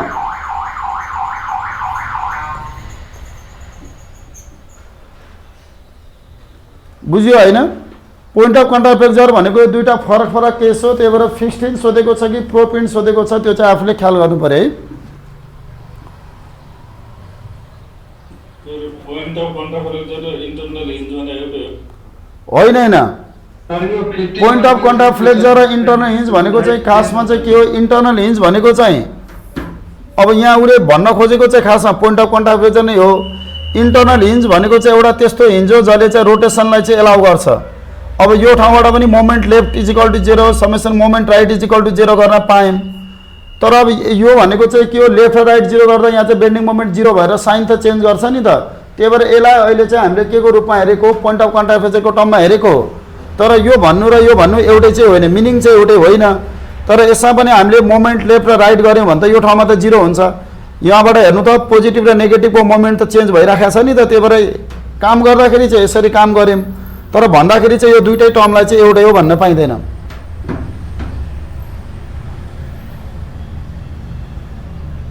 ल अगाडि बढौँ अब। र question number 53, slenderness ratio of कलम इज भनेको छ। स्लेन्डरनेस रेसियो अफ कलम भनेको अघि भर्खरै पढेको lambda is equal to L effective by के हो, minimum radius of gyration, length of column by least radius of gyration भनेको चाहिँ के हो त स्लेन्डरनेस रेसियो हो। त्यही भएर स्लेन्डरनेस रेसियो भनेको चाहिँ length of column divided by least radius of gyration. Option number D. The degree of freedom भनेर हेर्दैछौँ। अब डिग्री अफ फ्रिडम और यसलाई चाहिँ हामी के भन्छौँ, degree of kinematic indeterminacy. Degree of freedom अथवा यसलाई चाहिँ हामी डिग्री अफ काइनेटिक इन्डिटर्मिनेसी भनेर भन्छौँ। डिग्री अफ फ्रिडम अथवा डिग्री अफ काइनेटिक इन्डिटर्मिनेसीले चाहिँ कुनै पनि जोइन्टको ट्रान्सलेसन र कुनै पनि जोइन्टको ट्रान्सलेसन र रोटेसनको कुरालाई चाहिँ गभर्न गर्छ। जस्तै हाम्रो जोइन्टमा ट्रान्सलेसन र रोटेसन मोसन कति छ भन्ने कुराले चाहिँ डिग्री अफ फ्रिडमको कुरालाई जनाउँछ। कुनै पनि जोइन्टको ट्रान्सलेसन र रोटेसनको कुरा, कुनै पनि जोइन्टको ट्रान्सलेसन र रोटेसनको कुरालाई चाहिँ हामी डिग्री अफ काइनेटिक इन्डिटर्मिनेसी भनेर भन्छौँ। अब हामीले चाहिँ सम्झिनुपर्ने भनेको पिन जोइन्टेड भनेको जहिले पनि ट्रस हो। पिन जोइन्टेड भनेको ट्रस हो। अब रिजिड जोइन्टेड भनेर एक्जाममा आयो भने रिजिड जोइन्टेड भनेको जहिले पनि के हो, बीम र फ्रेम हो। रिजिड जोइन्टेड भनेको बीम और फ्रेम, पिन जोइन्टेड भनेको चाहिँ ट्रस हो। अब एक्जाममा प्लेन फ्रेम भनेर भन्यो भने, प्लेन फ्रेम भन्यो भने जहिले पनि 2D हो। प्लेन फ्रेम भन्यो भने जहिले पनि 2D हो। स्पेस फ्रेम भनेर चाहिँ क्वेसनले भनेको छ भने त्यसलाई हामी 3D भनेर भन्छौँ। स्पेस फ्रेम भनेको 3D हो। अब ट्रसमा रोटेसन हुँदैन, ट्रसमा रोटेसनल मोसन हुँदैन, ट्रसमा रोटेसनल मोसन हुँदैन। So only translation motion exist, translation motion exist. अब ट्रसमा हाम्रो रोटेसन मोसन हुँदैन, त्यही भएर ट्रांसलेशन मोसन मात्रै लिन्छौँ। अब 2D को केसमा हामीसँग हेर्नु त 2D मा चाहिँ एउटा एक्स प्लेन एउटा वाई प्लेन, ट्रांसलेशन एउटा कतातिर होला, एउटा ट्रांसलेशन एक्स तिर होला, एउटा ट्रांसलेशन वाई तिर होला। अब मोमेन्ट पनि आउँथ्यो होला, तर मोमेन्ट लिन पाइन्छ त ट्रसमा पाइँदैन। त्यही भएर एक्जाममा चाहिँ पिन जोइन्टेड प्लेन फ्रेम भनेर भनेको छ भने पिन जोइन्टेड प्लेन फ्रेम भनेको चाहिँ के हो त 2D ट्रस हो। 2D ट्रसको चाहिँ हामीले डिग्री अफ फ्रिडम अथवा डिग्री अफ काइनेटिक इन्डिटर्मिनेसी निकाल्नु पर्यो भने जे माइनस आर गर्ने। अब जोइन्टमा कतिवटा कुरा छ भन्नु त, एउटा एक्स तिरको ट्रान्सलेसन एउटा वाई तिरको ट्रान्सलेसन। त्यही भएर एउटा एक्स तिर एउटा वाई तिर भएको कारणले गर्दा जे को अगाडि कति राख्ने 2 राख्ने, 2j माइनस आर गर्ने। आर भनेको रिएक्सन हो, 2 भनेको के हो त दुईटा डिरेक्सनको ट्रान्सलेसन हो। अब एक्जाममा क्वेसनले चाहिँ पिन जोइन्टेड स्पेस फ्रेम भनेर भन्यो रे। एक्जाममा पिन जोइन्टेड स्पेस फ्रेम भनेर भनेको छ भने यसलाई चाहिँ हामी के भन्छौँ 3D ट्रस भन्छौँ। 3D ट्रसमा चाहिँ कतिवटा एक्सिस हुन्छ, 3टा एक्स वाई जेड, 3टा एक्सिस भएको कारणले गर्दा एक्स वाई जेड 3टा एक्सिस हुन्छ। त्यही भएर यसलाई हामी 3j माइनस आर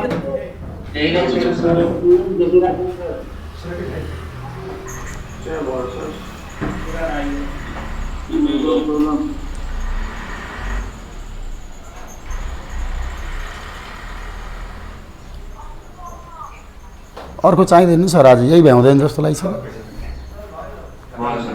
अब यहाँ हेर्नु है, अब पिन जोइन्टेड प्लेन फ्रेम भन्यो भने 2D ट्रस हो। 2D ट्रसमा दुईटा एक्सिस एक्स र वाई, ट्रान्सलेसन मात्रै हुन्छ, रोटेसन हुँदैन। त्यही भएर कतिवटा ट्रान्सलेसन दुईटा, त्यही भएर हामीले जे को अगाडि 2 राखेको। जोइन्टमा कतिवटा कुरा आउँछ, दुईटा ट्रान्सलेसन मात्र आउँछ, त्यही भएर 2 भनेर लेखेको। अब पिन जोइन्टेड स्पेस फ्रेम भनेर क्वेसनले सोध्यो भने पिन जोइन्टेड स्पेस फ्रेम भनेको 3D ट्रस हो। 3D ट्रसमा डिग्री अफ फ्रिडम अथवा डिग्री अफ काइनेटिक इन्डिटर्मिनेसी भनेर सोध्यो भने 3D ट्रस भनेको त 3टा एक्सिस हो। 3D ट्रस भनेको त एउटा एक्स एक्सिस, एउटा वाई एक्सिस र एउटा जेड एक्सिस।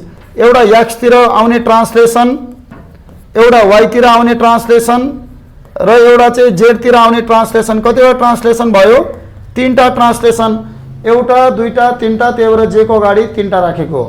अब यो क्वेसन चाहिँ 54 चाहिँ यसको आधारमा बसेको क्वेसन हो। अब डिग्री अफ फ्रिडम सोधेको छ, पिन जोइन्टेड भनेको छ। पिन जोइन्टेड भन्ने बित्तिकै हामीले ट्रस हो भनेर बुझिसक्यौँ। प्लेन फ्रेम भन्ने बित्तिकै ट्रसको 2D हो भन्ने कुरा पनि बुझ्यौँ। ट्रसको 2D को इक्वेसन कति हो, 2j माइनस आर। त्यही भएर एन्सर भनेको 2j minus are.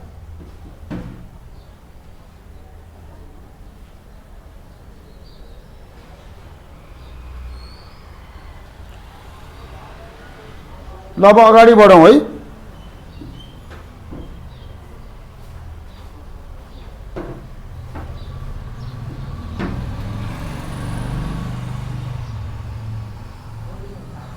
Question number 55 मा the degree of freedom for rigid jointed. अब यसै गरी हामीले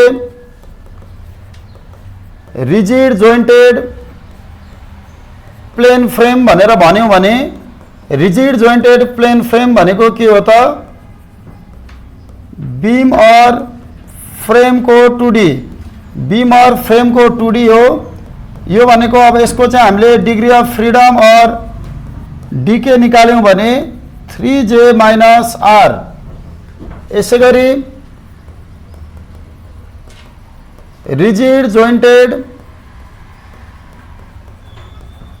स्पेस फ्रेम भनेर चाहिँ एक्जाममा सोध्यो भने बीम र फ्रेम को 3D, बीम और फ्रेम को 3D हो। अब यसको degree of freedom or DK भनेको 6J माइनस R। अब हामीले चाहिँ बीम र फ्रेममा बोथ ट्रान्सलेसन एन्ड रोटेसन हुन्छ। बीम र फ्रेममा बोथ ट्रान्सलेसन एन्ड रोटेसन हुन्छ। हाम्रो बीम र फ्रेममा दुईटै ट्रान्सलेसन र रोटेसन मोसन हुन्छ। त्यही भएर 2D को केसमा हामीले हेर्यौं भने अब 2D को केसमा हेर्नु त एउटा x भयो, एउटा y भयो। अब एउटा समेसन fx इक्वल टु 0, एउटा summation fy is equal to 0 र एउटा यो प्लेनमा घुम्ने मोमेन्ट इक्वल टु 0। त्यही भएर कतिवटा कुरा एउटा दुईटा तीनटा हाम्रो दुईटा ट्रान्सलेसन एउटा घुम्ने कुरा। त्यही भएर चाहिँ जे को अगाडि कति आको 3। अघि चाहिँ हाम्रो ट्रसमा रोटेसन हुँदैन थियो, त्यही भएर 2 भयो। बीम र फ्रेममा रोटेसन पनि हुन्छ, त्यही भएर एउटा दुईटा तीनटा, त्यही भएर यहाँ 3 भयो। अब 3D मा हामी गयौं भने यो x, यो y, यो z। अब यसमा हेर्नु त summation fx equal to 0, summation fy is equal to 0, summation moment equal to 0। अब यो प्लेनमा पनि मोमेन्ट 0, यो प्लेनमा पनि हामीले मोमेन्ट 0, रोटेसन 0, यो प्लेनमा पनि मोमेन्ट 0। कतिवटा मोमेन्ट एउटा दुईटा तीनटा मोमेन्ट, तीनटा ट्रान्सलेसन, कतिवटा भयो 6 वटा। त्यही भएर यसरी चाहिँ 3टा 6 वटा दुईटा तीनटा भएको हो। यो चाहिँ त कसरी आको भन्ने कुरा हामीले बुझिसक्यौं। अब रिजिड जोइन्टेड भनेको चाहिँ के हो हामीले बुझिसक्यौं। रिजिड जोइन्टेड भनेको बीम र फ्रेम।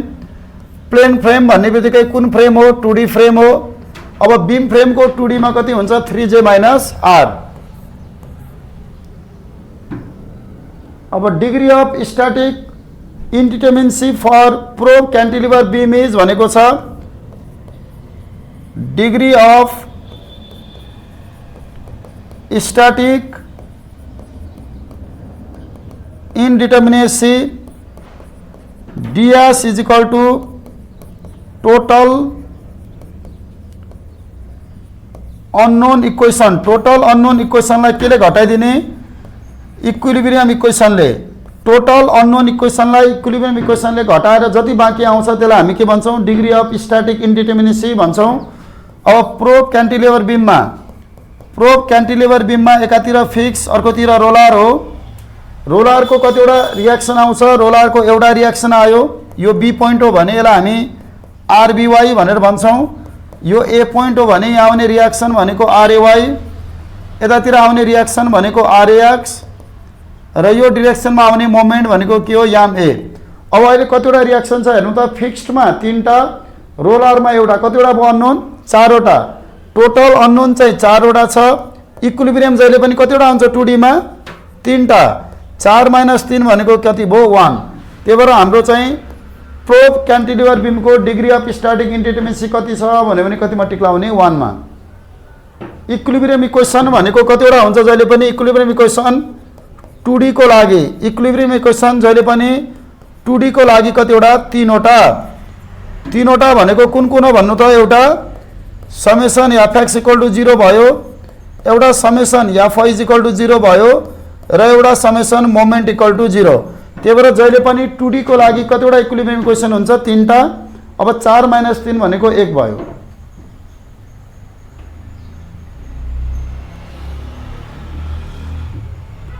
ल अब अगाडि बढौं।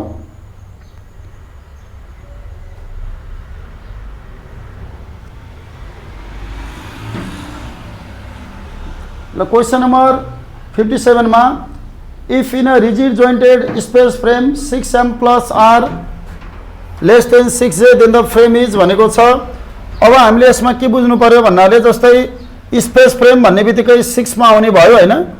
अब 6m plus r less than 6j छ भने structure is unstable and determinant. Structure is unstable and determinate. 6m plus r is equal to 6j छ भने structure is stable and determinate. Structure is stable and determinate. यसै गरी 6m plus r is greater than 6J छ भने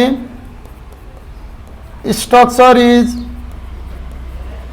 over stable and indeterminate. अब हामीले चाहिँ एक्जामको लागि के सम्झिने त यस्तो खाले क्वेसन पनि एक्जाममा सोध्छ। हामीले चाहिँ यदि इक्वल टु छ भने के सम्झिनु पर्यो, हाम्रो स्ट्रक्चर चाहिँ डिटर्मिनेन्ट र स्टेबल हुन्छ भनेर सम्झिनु पर्यो। ग्रेटर छ भने के सम्झिनु पर्यो, इन्डिटर्मिनेन्ट भनेर सम्झिनु पर्यो। लेस छ भने चाहिँ हाइलाइट गरेको पोइन्ट के हो, अनस्टेबल हो। त्यही भएर लेस छ भने अनस्टेबल हुने भयो, इक्वल टु छ भने स्टेबल हुने भयो, स्टेबल अथवा डिटर्मिनेन्ट हुने भयो। ग्रेटर छ भने के हुन्छ, इन्डिटर्मिनेन्ट। अब अहिले चाहिँ हाम्रो कस्तो साइन छ, लेस देन। त्यही भएर स्ट्रक्चर चाहिँ स्टेबल र डिटर्मिनेन्ट हो। स्टेबल र डिटर्मिनेन्ट छ भने त्यो टिक लगाउने, छैन भने केमा टिक लगाउनु पर्यो, अनस्टेबलमा। अनस्टेबल र डिटर्मिनेन्ट कुनै पनि अप्सनमा छैन, त्यही भएर अनस्टेबल मात्रै छ। त्यही भएर एन्सर के हो, अनस्टेबल। अब हाम्रो चाहिँ degree of static indeterminacy of pin joint हो सकिन्छ सर, हुन्छ। अब degree of static indeterminacy of pin jointed plane frame है, degree of static indeterminacy of pin jointed plane frame भनेको छ। अब हाम्रो pin jointed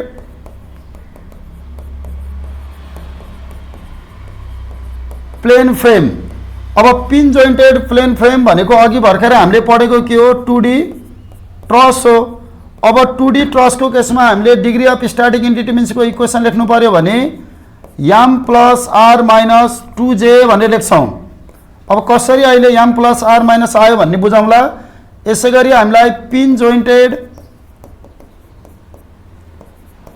space frame, pin jointed space frame भनेर एक्जाममा आयो भने त्यो भनेको हाम्रो 3D ट्रस हो।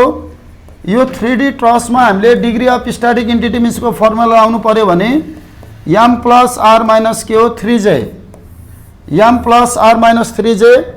अब हामीले चाहिँ m भनेको चाहिँ depend upon member force, depend upon internal forces. अब डिपेन्ड अपन m भनेको चाहिँ इन्टरनल फोर्समा डिपेन्ड हुन्छ। इन्टरनल फोर्स भनेको कतिवटा हुन्छ भन्नु त, हाम्रो इन्टरनल फोर्स भनेको हामीले 3टा हुन्छ भनेर पढेको छौँ। एउटा के पढ्यौँ, एक्जियल फोर्स, एउटा सियर फोर्स र बेन्डिङ मोमेन्ट। इन्टरनल फोर्स भनेको 3टा हुन्छ, एक्जियल फोर्स, सियर फोर्स र बेन्डिङ मोमेन्ट। अब ट्रसले चाहिँ एक्जियल बाहेक अरू केही पनि क्यारी गर्दैन। Truss carry only, truss carry only axial force only, truss carry only axial force. ट्रसले क्यारी गर्ने एक्जियल फोर्स मात्र हो। अब एक्जियल फोर्स मात्रै क्यारी गर्छ भने हामीले m को अगाडि कति राख्नु पर्यो, 1। यो m को अगाडि पनि कति हुने भयो, 1 हुने भयो। त्यही भएर m को अगाडि हामीले 1 2 3 मध्ये चाहिँ 1 मात्र किन राखेको त, ट्रसले एक्जियल फोर्स बाहेक केही पनि क्यारी गर्दैन। त्यही भएर m को अगाडि 1। r भनेको रियाक्सन हो। j को अगाडि 2 भन्ने कुरो त बुझिसक्यौँ। किन 2 भएको, दुईटा ट्रान्सलेसन x र y मा।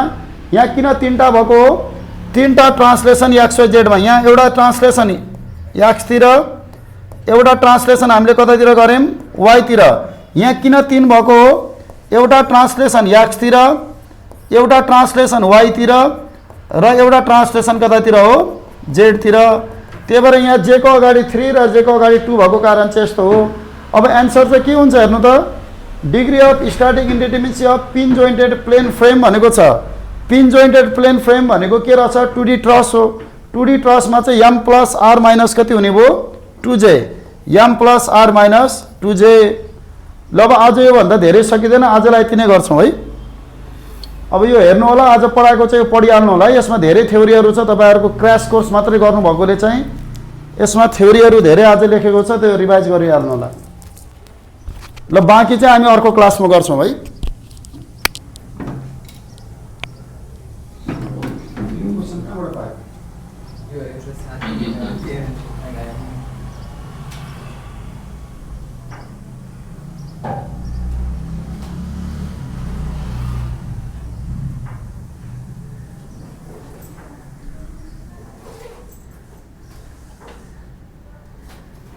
क्लासहरू कति भएको, अझै कुनै क्लास हुन्छ अब?